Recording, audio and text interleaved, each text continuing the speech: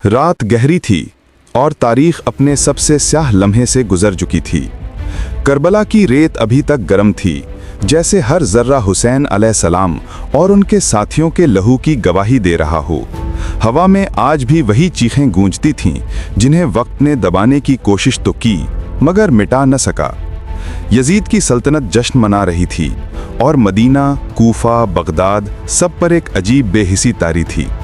मगर एक शख्स था जिसका सीना दहकता हुआ अंगारा था, एक शख्स जिसकी आंखों में सिर्फ एक ही मंजर जिंदा था, हुसैन अलैहिस्सलाम का कटा हुआ सर और जालिमों की हंसी।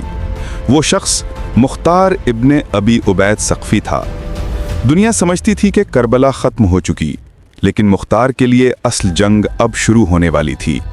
वो जानता था कि वक्त आने वाला है, एक ऐसा वक्त जब कूफा के बाजारों में कातिल छुप न सकेंगे और उनके नाम तारीख से नहीं ज़मीन से मिट जाएंगे। ये इंतकाम का सफ़र था, सिर्फ एक ख़ानदान का नहीं, सिर्फ एक कबीले का नहीं, बल्कि हक का बातिल से हिसाब चुकाने का सफ़र।